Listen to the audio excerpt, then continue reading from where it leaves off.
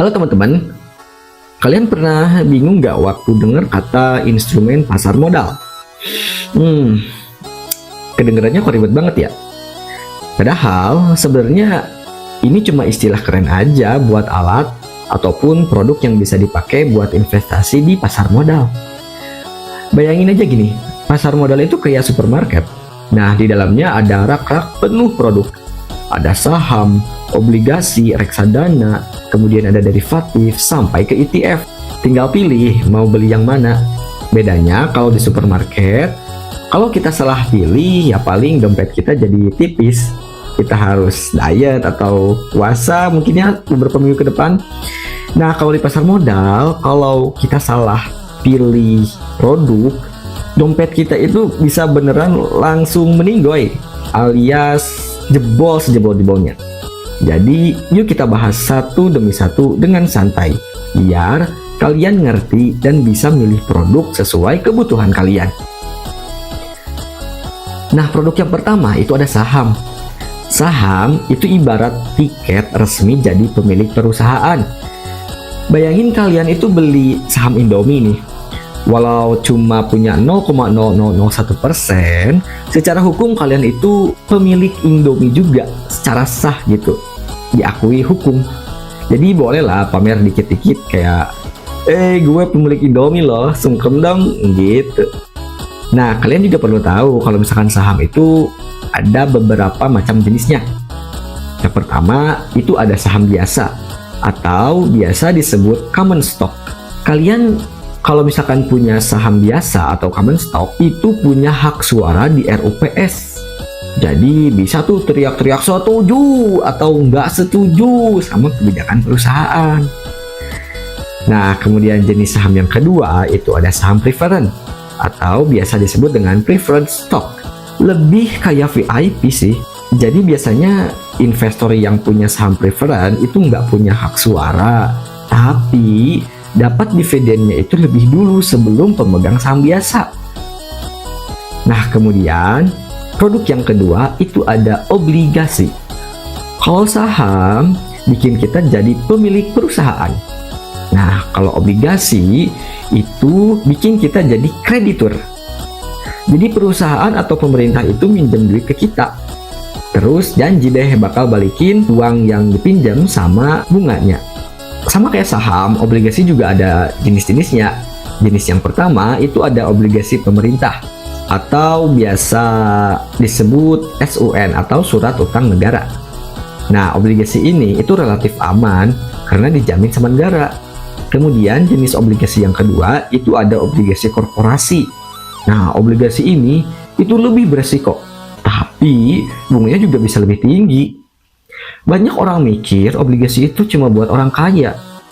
Padahal sekarang ada obligasi jenis ORI atau obligasi retail yang bisa dibeli mulai dari 1 juta lewat aplikasi online.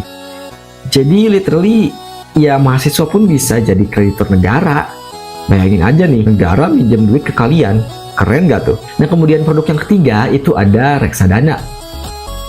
Ibarat kalian itu ikut arisan, tapi uang arisannya dikelola sama manajer investasi. Jadi bukan buat beli Tupperware, tapi buat diinvestasiin lagi ke saham, obligasi, ataupun ke produk-produk yang lainnya. Nah, di reksadana juga ada berbagai macam jenis. Pertama, ada reksadana pasar uang, yang tentunya si uang yang kita investasiin di reksadana itu diinvestasiin lagi di pasar uang. Terus jenis yang kedua ada reksadana pendapatan yang fokusnya itu di obligasi dan returnnya juga pasti lebih tinggi dari reksadana pasar uang. Kemudian jenis yang ketiga itu ada reksadana campuran yang dimana kombinasi antara saham dan juga obligasi. Kemudian ada reksadana yang fokusnya itu hanya di saham alias reksadana saham. Nah, reksadana ini lebih berisiko tapi returnnya juga paling tinggi. Nah, kemudian produk yang keempat dari pasar modal itu ada derivatif. Produk ini itu dikhususkan untuk level yang lebih advance atau lebih ahli. Derivatif itu instrumen turunan bisa dari saham, obligasi, atau komoditas. Contohnya itu kayak futures dan juga options. Bayanginnya kayak gini. Misal kalian itu janji sama temen bulan depan gue beliin lo nasi padang dah, harganya cuma 30.000 ya. Nah, nanti berapapun harganya, kamu tetap bayar nasi padangnya 30.000. Jadi misal nasi padangnya itu naik jadi 40.000, teman kalian itu untung, soalnya kamu tetap bayar 30.000.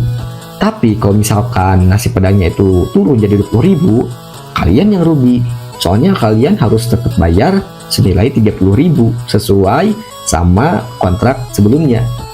Derivatif bisa dipakai buat hedging alias lindung nilai. Biasanya maskapai penerbangan kayak Garuda, terus Batik Air, dan lain-lain itu pakai kontrak derivatif buat kunci harga bahan bakar biar gak bangkrut kalau harga minyak dunia itu naik. Jadi, derivatif bukan cuma judi harga sebenarnya, tapi juga alat manajemen resiko. Sekarang udah kenal ya sama instrumen-instrumen pasar modal. Sebetulnya masih banyak lagi beberapa produk yang jarang kita dengar. Misal kayak right issue, warrant, ataupun ETF. Intinya masing-masing itu punya karakter, resiko, dan juga manfaat. Tinggal disesuaikan sama tujuan kalian. Kalian itu mau jadi pemilik perusahaan, kreditur kah, atau investor santai yang titip uang ke manajer investasi. Yang penting jangan cuma ikut-ikutan tren, pahami dulu cara kerja instrumennya. Oke, segitu dulu dah teman-teman ya. Jangan lupa buat like, komen, dan subscribe kalau kalian mau belajar finansial dengan cara yang lebih fun. Ingat, uang itu kayak murid bandel, kalau nggak diajarin ya itu bisa kabur. Jadi ayo dididik bareng-bareng. Sampai jumpa di video selanjutnya. Dadah.